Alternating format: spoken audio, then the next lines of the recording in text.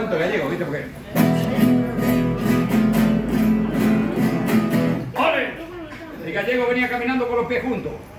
El otro dice, Manolo, ¿qué te pasa? ¿Estás escaldado? Dice, no. ¿Estás imitando un pingüino? Tampoco. ¿Y por qué camina con los pies juntos? Porque me he comprado una media y no le saco el ganchito.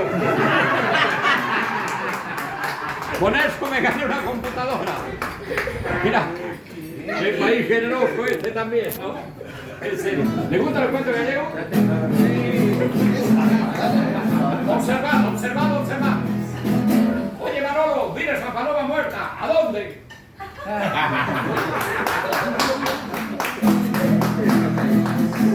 Yo lo dejo porque hay mucho gallego. Gallego. Te invito a dar una vuelta al mundo entero. Y si tú crees que entero nos llevará los dos.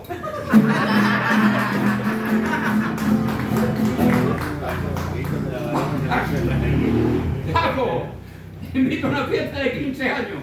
Dice, bueno, pero los 2 meses yo me vuelvo.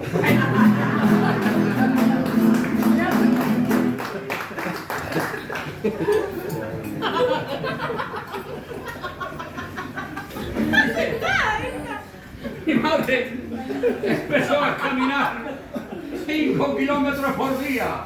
No me digas. Sí, hace un mes que está caminando. ¿Ha bajado de peso? No, no sabemos dónde mierda se fue. 5 kilómetros por día. En 30 días, 1500 kilómetros. Es lindo. Son cuentos gallegos. ¡Ole!